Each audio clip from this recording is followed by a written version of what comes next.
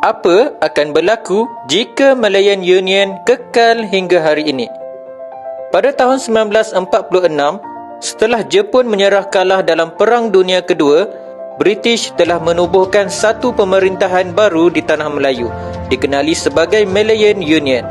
Tujuan pentadbiran baru ini adalah untuk menggantikan pemerintahan sementara ketika itu, iaitu pentadbiran tentera British BMA. Penubuhan Malayan Union telah mendapat tentangan hebat dalam kalangan orang-orang Melayu kerana ianya mengancam hak istimewa orang Melayu, institusi beraja dan agama Islam. Penentangan ini berhasil apabila Malayan Union dibatalkan pada 1 Februari 1948 dan digantikan oleh Persekutuan Tanah Melayu. Malayan Union hanya dapat bertahan selama 22 bulan sahaja. Apa akan jadi jika Malayan Union masih kekal hingga hari ini?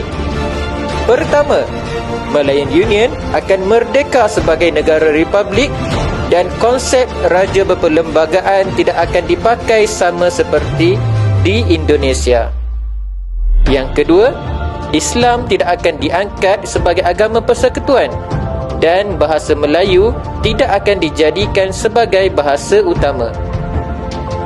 Ketiga, raja-raja Melayu akan hilang kuasa dan kedaulatan serta terpinggir seperti yang telah berlaku di Indonesia dan beberapa negara yang lain.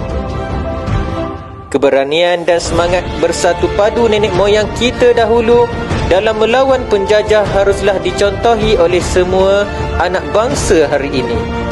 Berusahalah membawa Malaysia ke arah kemajuan dan kesejahteraan agar tidak dikuasai bangsa asing lagi. Kami dari kumpulan yang akan membentangkan berkaitan Malayan Union, dan saya akan memperkenalkan kumpulan saya. Nama saya Abdul Hadi bin Rosli.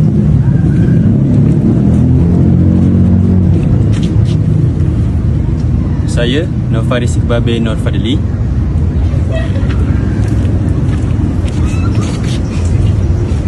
Saya Muhammad Iqmal bin Muhammad Sampul.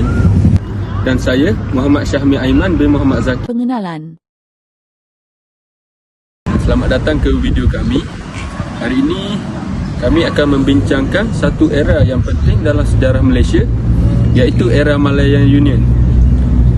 Seperti yang kita tahu, Malayan Union ditubuhkan pada tahun 1946 dan menjadi titik tolak bagi perubahan besar di Tanah Melayu. Kami akan meneroka latar belakang, ciri-ciri, reaksi masyarakat serta impak yang ditinggalkan oleh Malayan Union. Jadi mari kita mulakan dengan memahami latar belakang penubuhannya. Latar belakang. Seterusnya, latar belakang Malayan Union. Sebelum tahun 1946, Tanah Melayu diperintah oleh pihak British melalui sistem negeri-negeri bersekutu dan tidak bersekutu. Selepas Perang Dunia Kedua, British menghadapi pelbagai cabaran termasuk masalah ekonomi dan pentadbiran.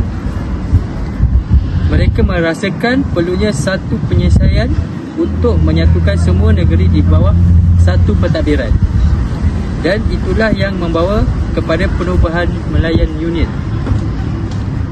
Malayan Union dirancang untuk menyatukan semua negeri dan memberikan kerakyatan kepada semua penduduk.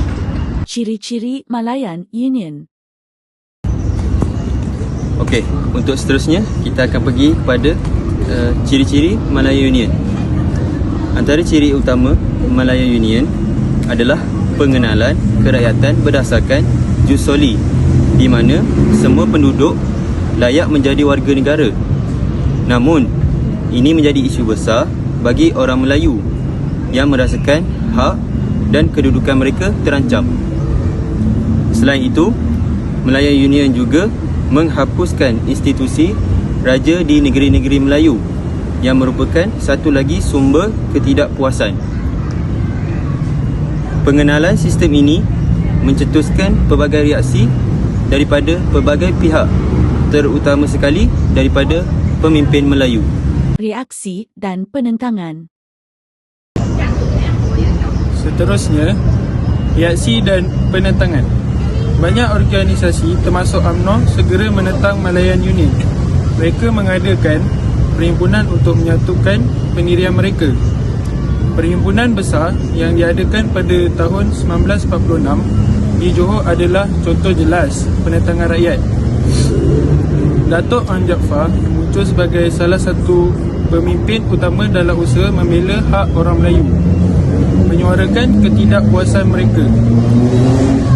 Dan sikap dan semangat perjuangan ini menunjukkan betapa pentingnya identiti dan hak dalam bermasyarakat.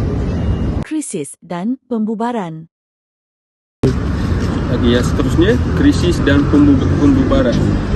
Akibat penentangan yang berterusan, British mula menyedari bahawa Malayan Union tidak dapat diterima.